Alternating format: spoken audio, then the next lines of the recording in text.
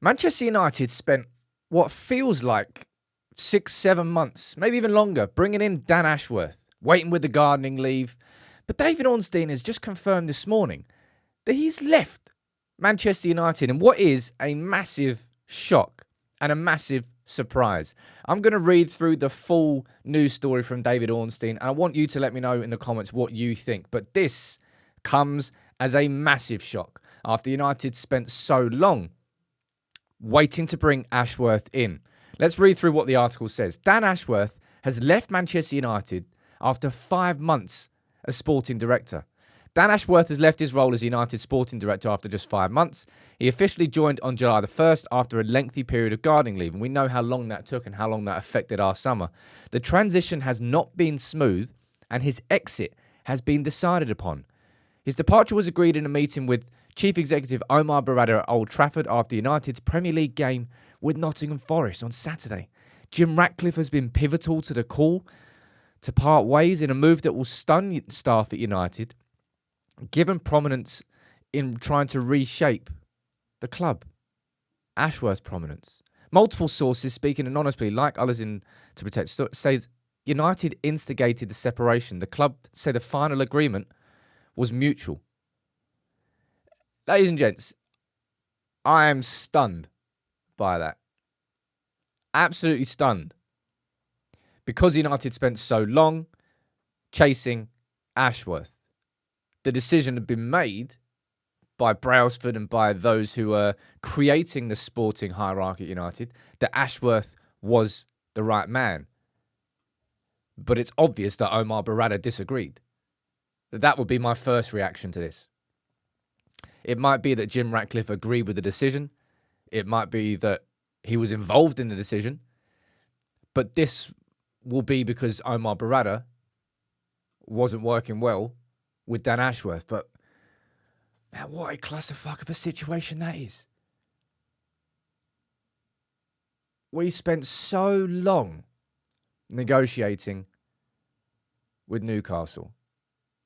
The gardening leave, the 20 million versus the actual 1 million roughly that we paid when it came to the deadline, the PSR deadline and Newcastle, and it felt like United ultimately got the man that they wanted.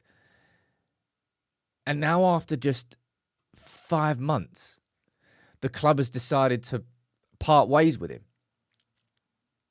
How's that going to give anybody belief that United are... I didn't think I had to even think about the sporting structure of our football club anymore. I thought this was something in the past. I've spent so much of my damn time as a United fan over these last few years talking about our sporting structure, talking about how finally we've got it in place. We've got a CEO, we've got a sporting director, we've got a technical director, we've even got a director of global talent. We're probably going to bring in a head of recruitment.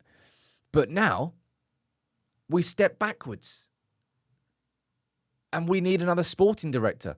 Or do we? I mean, yes, we do. But I'm just speaking hypotheticals here in the situation that now is in front of us. Man United now don't have a sporting director.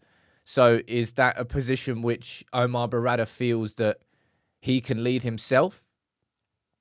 I doubt that, given that we are moving to a multi-club model, that Barada worked in City, and he knows the amount of people that are required to do that job.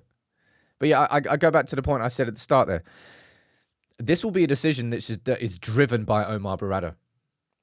Because if you're looking at the timeline, I suppose, of when people came in, the Omar Barada appointment was the first one, right? When he came in. And by that stage, I think Dave Brailsford and Jim Ratcliffe and whoever was involved, maybe Jean-Claude Blanc was involved in this decision, they decided to go for Dan Ashworth. And it almost feels like, you know how when Eric Ten Hag signed the new contract and Omar Barada and Dan Ashworth said, this decision was made before we came in. Not completely distancing themselves, but slightly distancing themselves from that decision. It almost feels like this is the Dan Ashworth equivalent of that. That Omar Barada said, well, you made a decision to bring Dan Ashworth in before I came in, and I've decided that. But after 5 months, that I do not like the look of this. I'll be totally honest. We spent longer going after Ashworth. Did he spend longer on gardening leave than he did at Manchester United as sporting director? I genuinely think that's a possibility. But now what happens? Well, we're going to be on the market for another sporting director. It's going to be somebody that Omar Barada himself leads the appointment of. I'm shocked. What went on? What happened? Is there anything else inside that article? Let's read back through it. New Ratcliffe-led hierarchy overseen by Brailsford had placed Ashworth in overall charge of football performance, recruitment and operations. Ashworth reported into Barada. He was involved in the spending this summer. There's nothing really. No, there's nothing in there. Anything down there?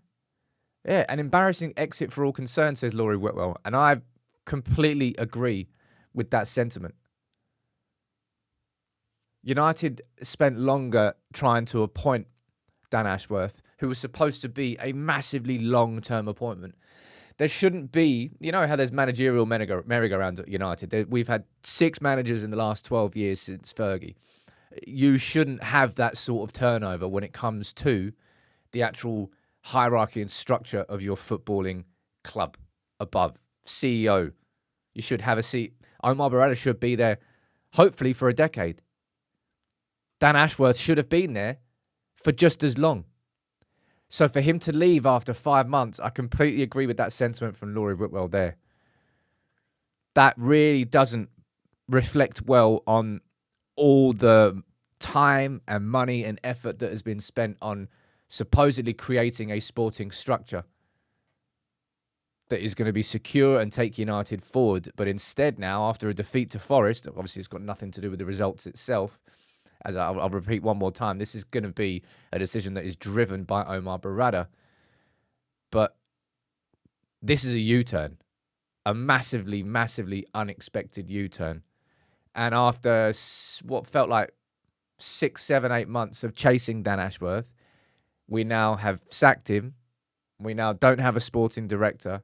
We now have to bring in another sporting director. And unless... I don't know what sporting directors there are available on the market right now. It may well be a case that Manchester United are going to have to dip back in and pay more compensation and more gardening leave, and we repeat the same sort of conversations and situation that we had with Dan Ashworth. That is an absolute mess of a situation. Let me know what you think.